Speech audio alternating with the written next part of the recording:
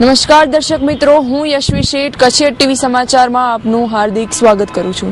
તો જોઈએ આજના સ્થાનિક સમાચારો. લોડાઈ પાસે જે અવશેષો મળી આવ્યા હતા તે ઇથ્પોસોર્સ રેપ્ટાઇલના હોવાનું તપાસ દરમિયાન બહાર આવવા પામ્યું છે. દિલ્હી યુનિવર્સિટીના પ્રોફેસર ડોક્ટર પ્રસાદ દ્વારા સંશોધન બાદ જાણવા મળ્યું હતું કે આ અવશેષો ઇથ્પોસોર્સ રેપ્ટાઇલના છે. વિસ્તૃત તપાસ દરમિયાન બહાર આવવા પામ્યું છે લોડાઈ ખાતે મળેલું પૂર્ણ કદનું ઇથ્પોસોર્સ રેપ્ટાઇલ દેશનું પ્રથમ અવશેષ કહી શકાય તેમ છે. આ અવશેષ યુનિવર્સિટીના મ્યુઝિયમમાં મૂકવામાં આવશે તેવું આ તકે જણાવવામાં આવ્યું છે. કચ્છમાં આ પ્રકારના અવશેષો આજે પણ મળી રહ્યા છે તે એક હકીકત છે. શરૂઆતમાં અમે જે કારસીલ ઉપરથી અવશેષો મળ્યા એ બેઝિકલી જુરાસિક રોકની અંદરથી જુરાસિક ખડકોમાંથી અમને અવશેષો મળ્યા હતા. એક મહિના પહેલાં એક ડાયનોસોર જેવા પ્રાણીનો અશ્મિ મળ્યું હતું, પણ પછી આજે એક મહિના પછી જ્યારે વધારે ઉત્ખનન કર્યું અને એની અંદરથી અમને જે સ્કેલેટન અત્યારે જે બહાર આવ્યું એ પ્રાથમિક તબક્કામાં અમને ડાયનોસોર જેવું લાગતું હતું, પરંતુ હવે જે ખડકો છે એ મરીન એટલે કે દરિયાની અંદર બનતા ખડકો છે. એની અંદર સામાન્ય રીતે કોન્ટિનેન્ટલ જે પ્રાણી હોય જે ખંડ ઉપર રહેતા ડાયનોસોર એ ખંડ ઉપર રહેતા હતા એવા પ્રાણીઓનો અવશેષ મળવું મુશ્કેલ હોય.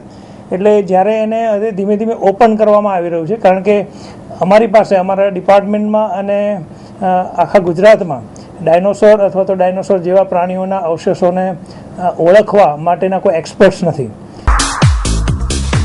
શ્રી આશાપુરા ડાઇનિંગ હોલ શુદ્ધ, સાત્વિક, શાકાહારી સ્વાદિષ્ટ ભોજન માટે જૂનું અને જાણીતું નામ એટલે શ્રી આશાપુરા ડાઇનિંગ હોલ. સવારે ચા નાસ્તો, બપોરે અને સાંજે જૈન ભોજન, ગુજરાતી ભોજન અને કચ્છી ગળું મળશે. આપના શુભ પ્રસંગે ઓર્ડર લેવામાં આવશે તેમજ પાર્ટી હોલની સુવિધા પણ છે. માંડવી મુંદ્રા રોડ પર વિદડા ખાતે શ્રેષ્ઠ શુદ્ધ શાકાહારી અને સ્વાદિષ્ટ ભોજન માટે જાણીતું નામ એટલે શ્રી આશાપુરા ડાઇનિંગ હોલ. ભાવનાબેન L Rajgor 9825963016, Laxmidas V Rajgor 8758969716, Haresh Patel 9879150365, Kamlesh Patel 9909197596, dining hall 9376967741. બંદરિયા શહેર માંડવીમાં એક સપ્તાહથી વિદેશી પક્ષીઓનો જમાવડો જોવા મળે છે. માંડવી શહેરમાં અવનવા પ્રકારના વિદેશી પક્ષીઓ આવ્યા છે. આ પક્ષીઓને જોવા માટે લોકો પણ આવે છે. હાલમાં આ પક્ષીઓ માંડવી ઉપરાંત ખાવડા વિસ્તારમાં પણ જોવા મળે છે. પક્ષીઓ હાલ આકર્ષણનું કેન્દ્ર બન્યા છે. આ મેળાવડો અદ્ભુત છે. પાલિકન સહિતના પક્ષીઓનો જમાવડો જોવા માટે માંડવી ઉપરાંત અન્ય ગામોમાંથી પણ લોકો આવી રહ્યા છે. માંડવીની પ્રથમ વિશાળ ઇન્ફ્રાસ્ટ્રક્ચર વાળી શાળા એટલે ગ્લોબલ વિઝન ઇન્ટરનેશનલ સ્કૂલ.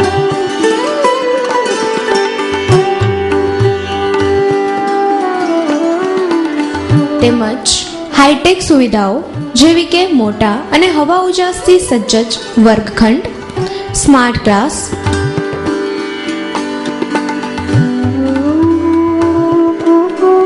પ્રશિક્ષિત શિક્ષકો, દરેક વિદ્યાર્થી પર પૂરતું ધ્યાન,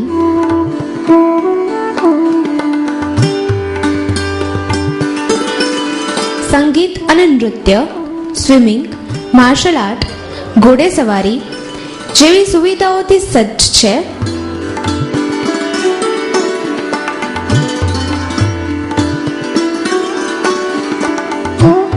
અમે જનતાને સારા સંદેશ મળી શકે એવી રીતે સાંસ્કૃતિક કાર્યક્રમની ઉજવણી કરીએ છીએ.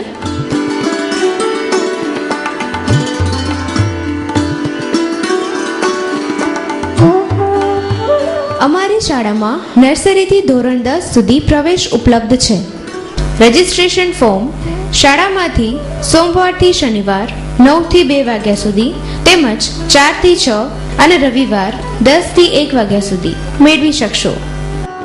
વધુ વિગતો માટે સંપર્ક કરો Shri Bhagwanji Jhala, chairman of the school 9821135021, Hemangi Aboti, trustee 9879644123, Bijal Shah, principal 9909941472, city office Madhavnagar 2, Babawadi, Mandvi, Kutch. School 241 palm beach Vilas Vijay Vilas road Mandvi Kutch.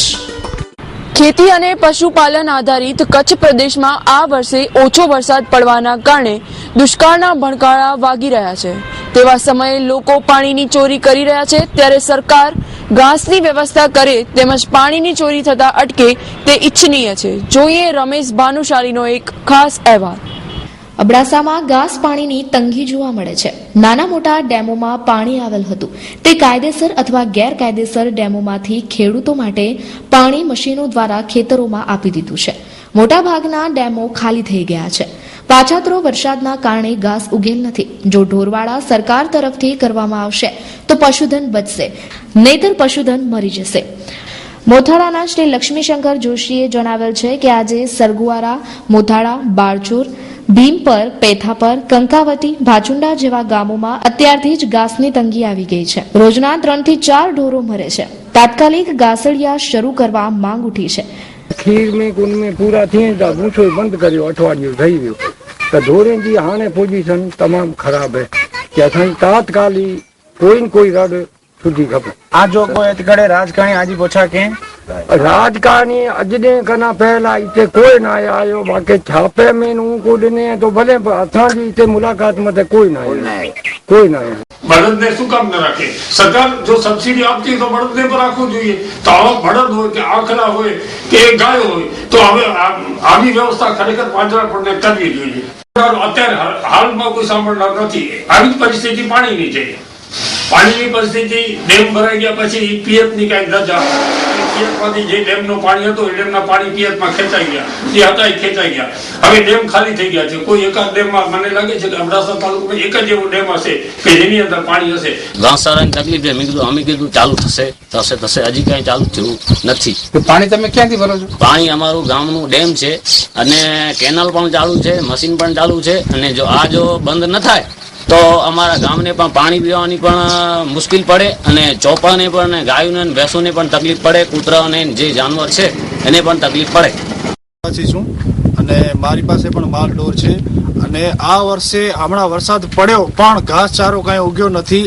એટલે અમારો સરકારશ્રી પાસે અરજી છે કે તમે જલ્દમાં જલ્દ ઢોરવાડા ચાલુ કરો અને વહેલી મેં વહેલી તકે આજ જે બનતું હોય તો કાલ ના કરો. આ ચોપા મરી રહ્યા છે, 10% ચોપા અત્યારે મરી રહ્યા છે. આ પશુધન છે, એ આપણે સાચવવાનું છે. એટલે સરકારશ્રી પાસે મારી અરજી છે કે આ અબોલા જીવને તમે જુઓ અને જલ્દમાં જલ્દ આ લોકોને, આ પશુઓને ઘાસ પહોંચતો થાય એવી મારી અરજી છે સાહેબ શ્રી પાસે. બાવચોડ નાની હીરા લખુ નામ માલધારી છીએ. અમારે કોઈ સવગણ નથી. અમે ભાજપ સરકારમાં જોડેલા છીએ અને ભાજપ સરકારને સપોર્ટ આપીએ છીએ, પણ છતાં ભાજપ સરકાર અમારા સામે જોતી નથી. અમે માલધારી છીએ, અમારી ગાયો 10% મરી ગઈ છે. અત્યારે અમારી બહુ પોઝિશન ખરાબ છે. જો નાના બચ્ચા લઈને અમે બહાર ધંધો કરવા જઈએ તો અમારી આ પશુધન કોણ ચારશે, એને કોણ વાદોડ કરશે? એના માટે ભાજપ સરકાર જલ્દીમાં જલ્દી એની તૈયારી કરે અને અમને ઘાસચારો આપે. ચોપે જોડો છે ભાઈ, પાણી ને ઢોર ની તકલીફ है અને વરસાદ जो नेड़े में तकलीफ है. 50% ચોપા તો મરી જાય અને इनमें भगवान को करे तो इनमें थी, बाकी कोई उपाय ना है. कोई चौपे को करे सरकार करे तो भले ना, कोई उपाय भी ना है. आज कोर मांगे ऐसा कोई चराव भरो जो कोई सरकार को मांगे करे तो ठीक है, नका तो चौपा मरे जो आछे. बाकी तो कोई वरसाद थे इनमें ढोर वाले लगे आए पण नपट. અમે સરગુવારામાં રહેવાસી 60 થી 70 વર્ષ થઈ ગયા અમને અહીંયા રહેવાના. હવે અમને એ પ્રોબ્લેમ છે કે અમારે વરસાદ પડ્યો પણ બહુ ઓછો પડ્યો. ઘાસચારાની બહુ તકલીફ છે. અત્યારે ઓછામાં ઓછા 50 થી 100 લગભગ ચોપા મરી ગયા છે. બરાબર. તો હવે એના માટે થોડીક પાણીની પણ તંગી છે અને ખાવાનું તો એકદમ બિલકુલ બહુ મુશ્કેલ જ છે, ક્યાં મળતો જ નથી. હવે એના લીધે હવે અમે ઢોળો અને ગાયોને અને ભેંસોને ક્યાં લઈ જઈએ? હવે એના સારું જો કરીએ છીએ તો અમારા છોકરા ભૂખે મરે છે, છોકરા અમુક જોવા જઈએ તો અમારો માલ મરી રહે છે. ગામ पेथा पर असांजो गाम मोथाड़ा जूथ पंचायत में अचे थो. मोथाड़ा जी आजू बाजू में पहली वरसाद हिकिड़ी ज खासी थी हुई અને બાકી જો કોઈ વરસાદ થઈ એનमें घास જ ન થયો. અને આજની તારીખ में वरसाद के લીધે सरकार जो आनावारी कर दी तो सरकार जो एडा ढोर वालों के कोई पण मदद नहीं करे तो तमाम ढोर पण मरी था. साथे साथे हेवर जो खेडूत वटे पैदाश थी है એની પેદાશથી લીધે પણ એ લોકો હજી ચારી રહ્યા, ચારી રીતે પણ એ પ્રાણી જો કોઈ એ મરે તા. હેમ બંગલોઝ સામાન્ય માનવીને પરવડે તેવા બજેટમાં હેમ બંગલોઝ લાવ્યું છે લક્ઝરી બંગલોઝ. 101 ના પ્લોટમાં 1 BHK તથા 2 BHK બંગલોઝનું લક્ઝરી બાંધકામ. હવે મેળો મકાન 1 BHK 11.5 લાખ, 2 BHK 13.5 લાખ. આ સાથે 80% વધુ લોન સગવડ, સુંદર તથા મજબૂત બાંધકામ, પાણીની વ્યવસ્થા સાથે તો આજે જ આપનું ઘર બુક કરાવો. Hem bungalows, site address survey number 117, Harshel park, Bhavani હોટલની સામે, ગ્રીન સિટીની બાજુમાં, નવાવાસ માધાપર. અલ્પેશ ગોસ્વામી 9099490538, હિતેશ ગોસ્વામી 9033379880. આગામી માર્ચ માસમાં રેલવે બજેટ રજૂ થવાનું છે. આ બજેટમાં કચ્છની અનેક આશાઓ અને અપેક્ષાઓ છે. અબડાસાના ધારાસભ્ય અને નેશનલ કોંગ્રેસના પ્રવક્તા શક્તિસિંહ ગોયલે જણાવ્યું છે કે બજેટમાં માત્ર જાહેરાતો જ થાય છે, ઇમ્પ્લિમેન્ટ થતું નથી. ગયા વર્ષે પણ આશાને અપેક્ષાઓ હતી, બધી ઠગારી નીવડી. જ્યાં સુધી વહીવટી મંજૂરી મળે એટલી નાણાંની જોગવાઈ ન થાય ત્યાં સુધી નર્મદાનું કામ આગળ વધે નહીં. નાણામંત્રીશ્રીએ ધારાસભ્યો પાસેથી સૂચનો માંગ્યા હતા, મિટિંગ બોલાવી હતી, એમાં હું ખાસ હાજર રહ્યો હતો. અને મારો મુખ્ય મુદ્દો પહેલો જ એ હતો કે તમે કચ્છ માટે કમસે કમ એટલા નાણાં તો ફાળવો કે જેથી વહીવટી મંજૂરી મળે ને કામ શરૂ થાય. તો એ થવું જોઈએ. કચ્છના રસ્તાઓ અનેક ખરાબ પરિસ્થિતિમાં છે. મારો વિધાનસભામાં પ્રશ્ન છે, માત્ર એક તાલુકામાં 10 વર્ષથી કાર્પેટ ના થઈ હોય એવા 24 રસ્તાઓ છે. હવે જો 7 વર્ષથી વધારે ડામરની કાર્પેટની આયુષ્ય નથી, 10 વર્ષ સુધી જો કચ્છમાં રીકાર્પેટ ન થાય તો એ રસ્તાની શું હાલત થાય? ઓવરલોડિંગના પ્રશ્નો છે, એના કારણે પણ રસ્તાઓ તૂટે છે. મોટા માથાઓ ભાજપના છે, એના જ ઓવરલોડ ચાલે છે અને સામાન્ય માણસને દંડાય છે. ત્યારે ઓવરલોડ બંધ થાય એના માટે પણ વિધાનસભામાં જરૂર હું અવાજ ઉઠાવીશ. નાના મોટા અનેક કચ્છના પ્રશ્નો છે. સ્થાનિકને રોજગારી મળતી નથી. કચ્છની જમીનમાંથી પુષ્કળ મોંઘું ખનીજ નીકળે, અહીંથી કંપનીઓ માલામાલ થાય અને બાજુમાં જ રહેતા ગામડાનો કોઈ ભણેલો ગણેલો યુવાન હોય એને રોજગારી ન મળે. આ અન્યાય છે. ટ્રાન્સપોર્ટર બાજુમાં નવરો બેઠો હોય અને મોટા માથાઓના કોન્ટ્રાક્ટ જ ચાલે, સ્થાનિકને કામ ન મળે. આ પણ બરાબર નથી. આવા અનેક મુદ્દાઓને લઈને આગામી દિવસોમાં વિધાનસભામાં કચ્છના પ્રશ્નો માટેની લડત પણ રહેશે અને સરકાર કચ્છ માટે કંઈક વિચારે એવી અપેક્ષા પણ જરૂર રહેશે.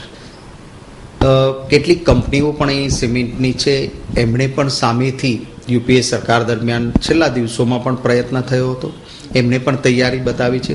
ત્યારે એક પબ્લિક પાર્ટનરશિપમાં જો પૂરતા નાણાંની જોગવાઈ ન થાય તો આ કામ ના થાય. રેલવેની લાઇન માટેની જમીન નવી સંપાદન કરવાની જરૂર નથી. સંપાદિત થયેલી જમીન છે ત્યાં જ લાઇન નાખવાની છે. તો હું આશા રાખું છું કે કચ્છ માટે થઈને કેન્દ્રમાં બેઠેલી ભાજપની સરકાર રેલવે બજેટમાં વિચારે. ગયા વખતે કેટલીક જાહેરાતો કરી હતી પણ પરિણામ શૂન્ય છે. એ જાહેરાતો માત્ર કાગળ ઉપર રહી. જેમ કે ઝડપી ટ્રેનો આપી દેશો એવી વાત કરી હતી. એક રાતમાં દિલ્હીથી મુંબઈ મુસાફરી, રાત્રે બેસો અને સવારમાં દિલ્હીમાં, આવા ભાષણો થયા હતા. આ સ્પીડ વધી નથી, કોઈ સુવિધા વધી નથી. બુલેટ ટ્રેનના નામે લોકોને મૂર્ખ બનાવવાનું કામ ભારતીય જનતા પાર્ટી કરે છે. ત્યારે આવી ખોટી જાહેરાતોના બદલે નક્કર કામો થાય એવી આશા છે. ભૂતકાળની વર્ષો સુધી કોંગ્રેસની સરકારે, કારણ કે રેલવેમાં યાત્રા કરનારો એ સામાન્ય માણસ હોય છે, એમાં ભાડા વધારો નહોતો કર્યો. બજેટ સિવાય પણ વર્ષ દરમિયાન ભાડા વધારા કરવાનું તો કોઈ સરકાર વિચારતી નહોતી. આ પહેલી ભાજપની એવી સરકાર આવી કે જેણે રેલવેના મુસાફરોના ભાડામાં વધારો કર્યો, ફ્રેટનું ભાડું હોય એમાં પણ વધારો કર્યો અને સામે નવી સુવિધા કે નવી ટ્રેન, એક પણ નવી ટ્રેનની જાહેરાત ન થઈ હોય એવું ગયા વખતે ભાજપનું રેલવે બજેટ હતું. હું આશા રાખું કે આ પ્રકારે લોકોને લૂંટીને માન્યતાઓને માલામાલ કરવાના બદલે લોકોને ફાયદો થાય એવું રેલવે બજેટમાં અપેક્ષાઓ રાખીએ. આંતરરાષ્ટ્રીય બજારોમાં કાચા ક્રૂડની કિંમત ન કલ્પી શકાય એટલી નીચે આવી છે. દુનિયાભરના દેશોએ સીધો લાભ એ ઉપભોક્તાને આપ્યો છે, જ્યારે આપણે અહીંયા માત્ર 7% ફાયદો એ લોકોને મળ્યો અને બાકીનો બધો જ કર વધારીને કેન્દ્ર સરકાર પોતાની તિજોરી ભરે છે કે જેથી માનીતાઓને, કોન્ટ્રાક્ટરોને, મોટી કંપનીઓને માલામાલ કરી શકાય. સાચા અર્થમાં આનો લાભ એ ઉપભોક્તા સુધી પહોંચવો જોઈએ. એ પેટ્રોલ અને ડીઝલમાં પહોંચતો નથી. જીએસટીના મામલે અમારું બહુ સીધું વલણ છે કે લાંબા એટલે 2007 થી લઈને 2013 સુધી ભાજપે જ જીએસટી પાસ ન થવા દીધું. અમે આજે જીએસટીને ટેકો આપવા માંગીએ છીએ, પણ માત્ર 3 નાની બાબતો અમારી છે અને એ પ્રજાહિતની છે.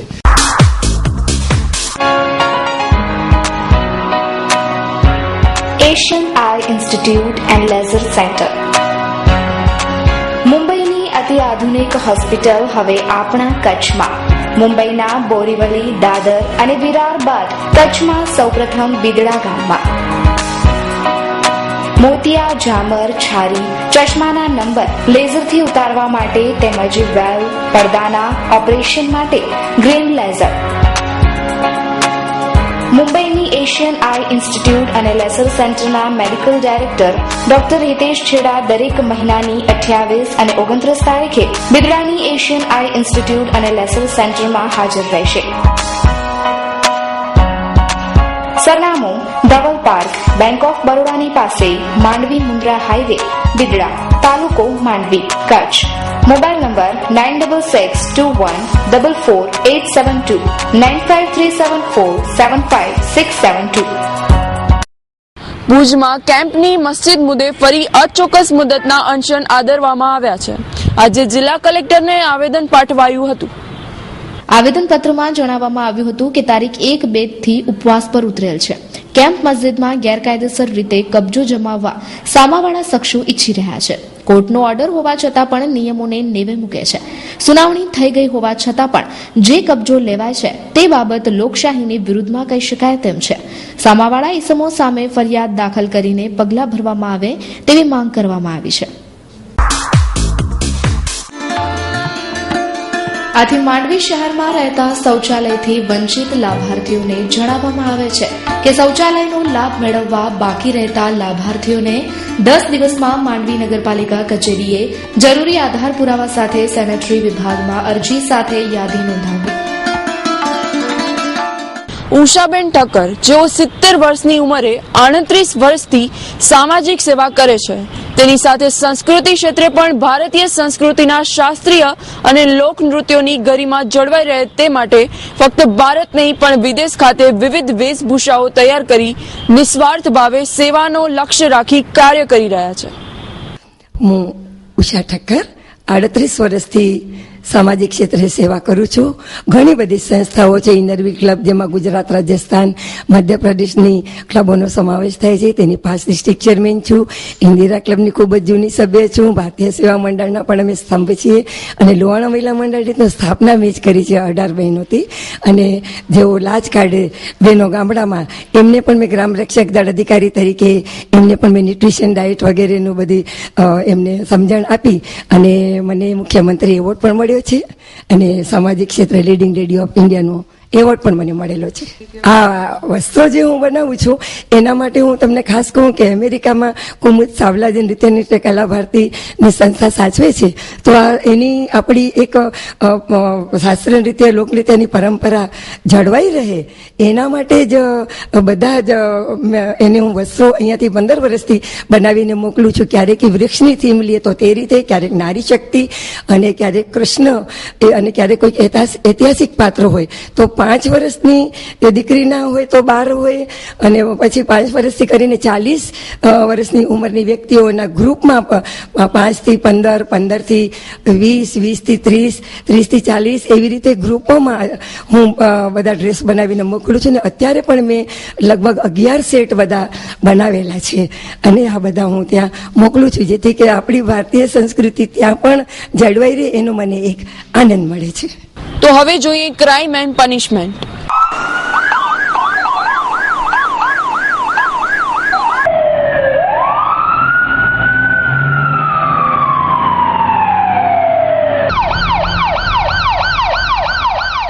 ભુજ તાલુકાના માધાપરના રામનગરી વિસ્તારમાં રહેતી મહિલાએ અકડ કારણોસર ગળે ફાંસો ખાઈને જિંદગી ટૂંકાવી લીધી હતી.